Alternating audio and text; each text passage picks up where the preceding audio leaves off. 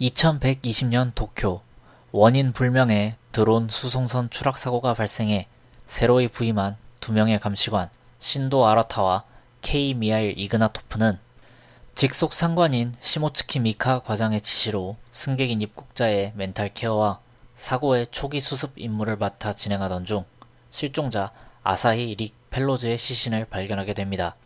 릭의 고용주이자 하이퍼 트랜스포트사의 임원인 요네하라의 너무나도 수상쩍은 언동에 사건의 배후가 있음을 짐작한 두 감시관은 추락 사고의 리스크 평가 의견서를 제출하겠다는 핑계로 사건의 뒷조사를 시작하는데, 한편 어디선가 서로를 숫자가 붙은 인스펙터로 명명하며 불안정한 요네하라를 케어하던 인물들은 공안국이 사건을 물고 늘어졌음을 간파하고 조사에 착수합니다. 또 그와 동시에 원탁을 연상케 하는 어떤 공간에서는 새롭게 합류한 호무라 시즈카를 포함한 3명의 인물이 마치 고대 로마의 삼두정을 떠올리게 하듯 사회의 온갖 사건들을 게임처럼 다루고 있었습니다. 그들은 이번 사건을 화제의 메인으로 삼으며 호무라 시즈카는 이번 사건의 중심인 하이퍼 트랜스포트사가 망하는 것에, 기존의 인물인 사이온지 쿄코는 회사를 보호하는 방향에 베팅을 하며 미묘한 신경전을 벌이고, 한편 주인공들은 특 A급 멘탈리스트이자 매우 높은 정신동조 능력을 가진 아라타의 능력을 10분 활용하여 피해자가 숨겨둔 정보를 찾아낸 뒤 사건의 진상을 계속해서 파헤칠 것이며, 자신들이 찾는 진실은 더욱 깊숙한 곳에 있기에 이런 데서 포기할 수 없다고 다짐하고, 그런 그들을 먼 발치에서 지켜보는 기노자의 모습으로 이번 화가 마무리됩니다.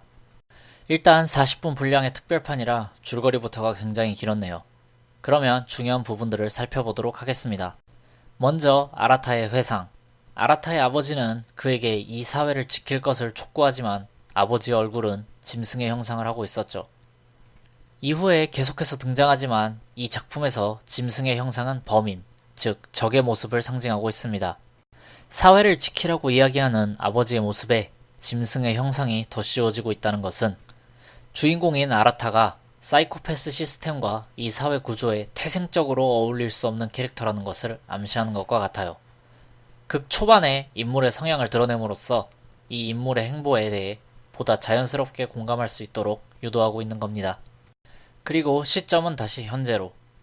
어둡고 비오는 날, 직속 상관과 독대, 트럭을 타고 오는 집행관들, 일기의 시작, 아카네가 처음 배속되었을 때의 그 장면이 떠오르게 만드는 분위기지만 그때와는 상황이 너무나도 다릅니다.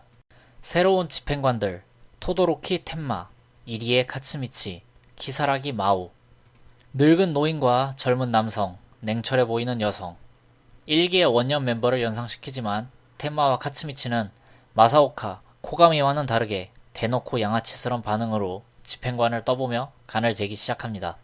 하지만 감시관들도 당시의 아카네보다 훨씬 우수했죠. 불안정한 정신상태의 시민을 쏘려는 집행관이라는 같은 상황에서 자신이 무슨 행동을 하는지도 모른 채 마음이 가는 대로 집행관을 쏴버렸던 아카네와 달리 미하일은 침착하고 확실한 대응으로 주도권을 휘어잡습니다.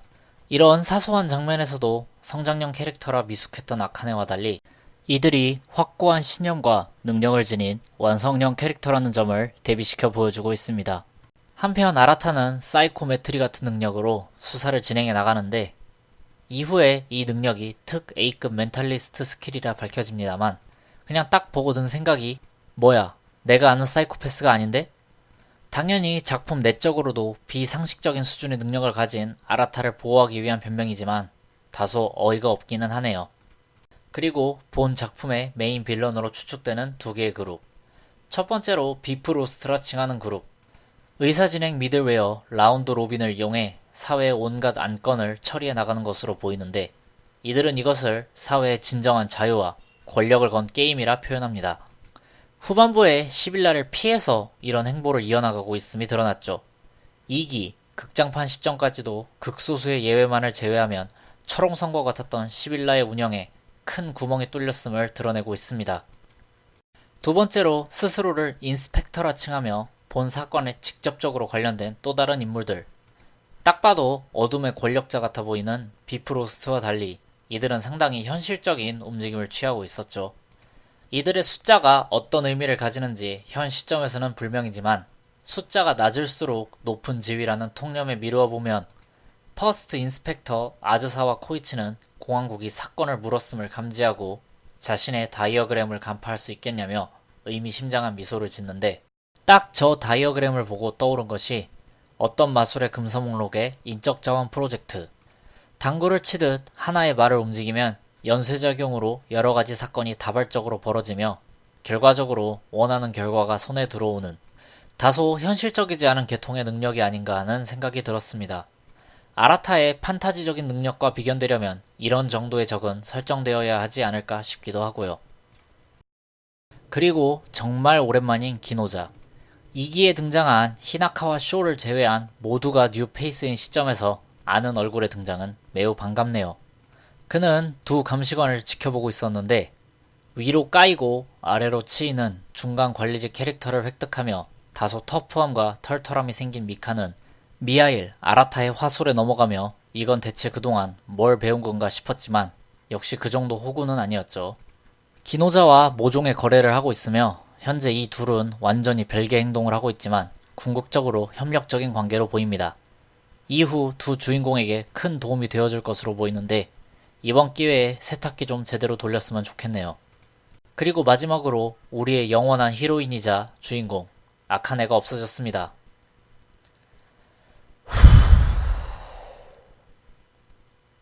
사실 두 주인공의 프로필을 보며 자신을 이어 진실을 쫓을 누군가에게 사명을 맡겼다는 아카네의 회상과 어둠 깊은 곳까지 들어갔다가 다시 나오지 못하게 된 사람은 잔뜩 있다는 미카의 발언, 여러 곳에서 아카네의 신변에 큰 문제가 생겼음을 지속적으로 암시하고 있습니다. 앞으로 그녀의 행방과 그녀가 남겼다는 사명이 전개에 매우 큰 영향을 줄 것으로 보이네요. 1화의 전체적인 인상은 기존의 분위기에서 벗어나서 같은 세계관을 공유할 뿐인 OCN식 능력자 수사물로 노선이 옮겨 탄 느낌이 강하게 듭니다. 다 좋은데 제발 뭐같이 상부 권력자들의 개입으로 수사에 태클 들어오는 일만 없었으면 좋겠습니다. 나 암 걸려 죽는 꼴 보기 싫으면. 이상으로 리뷰를 마치겠습니다. 감사합니다.